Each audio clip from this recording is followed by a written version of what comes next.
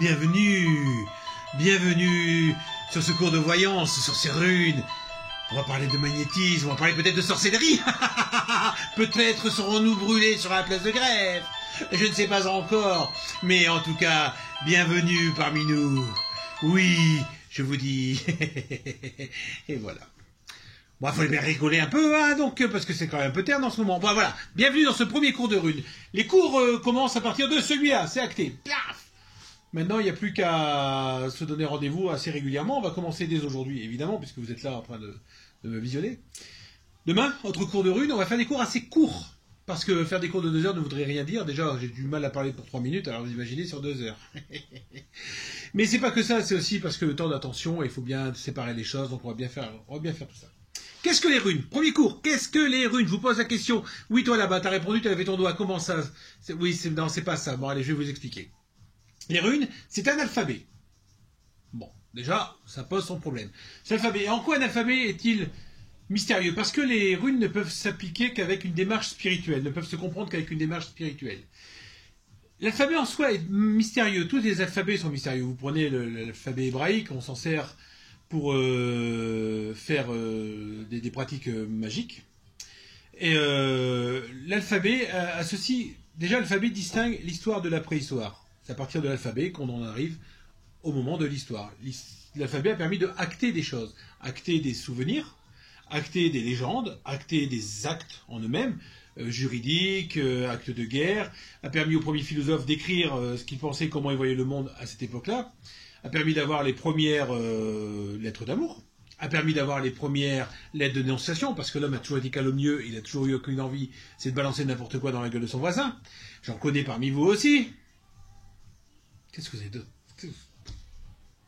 Enfin, passons à autre chose.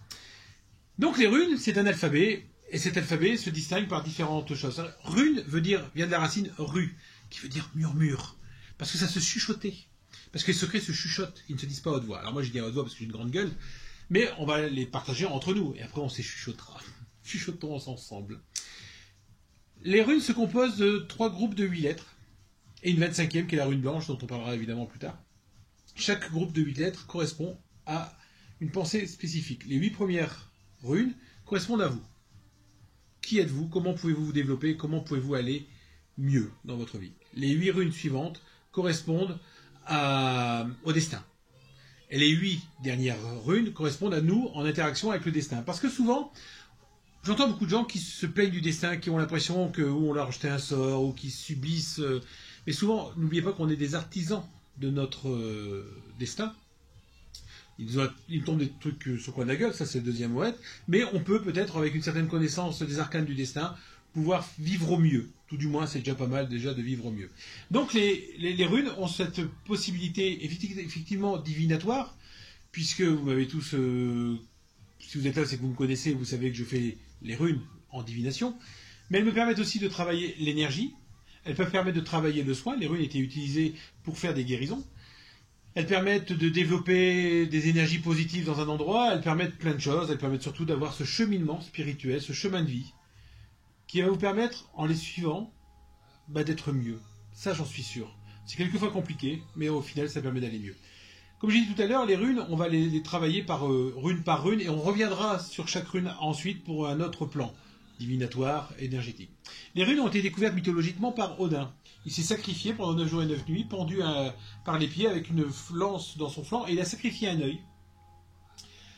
Peut-être symboliquement parce qu'on ne voit pas forcément bien avec les yeux.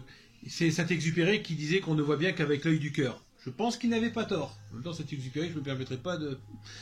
Et donc, là les runes vous permettent de voir derrière les apparences. Un mot est trompeur, une écriture est trompeuse. La connaissance et la maîtrise des mots permet aux hommes politiques de nous enfiler tout ce qu'ils veulent par le gros ou les petits bouts, comme vous le voulez. Donc, en connaissant mieux les runes, on va apprendre à mieux se connaître et donc être moins influencé par les autres et plus se faire sa propre opinion. On a vu en cette période de coronavirus le nombre de fake news, de gens qui pensent savoir, qui vont... Et on ne sait rien, parce que les hommes politiques eux-mêmes ne savent pas et on peut les comprendre. Donc, en travaillant les runes, vous allez surtout développer Effectivement, vous verrez, il y aura cette partie de divination, mais elle n'est pas si importante que ça au final. Et il y a plein d'autres choses. Donc je vous donne rendez-vous demain parce que j'ai voulu fractionner pour que vous puissiez suivre cette introduction aux runes. Et on se dit demain avec la première des runes du premier Oët, Féu. À demain.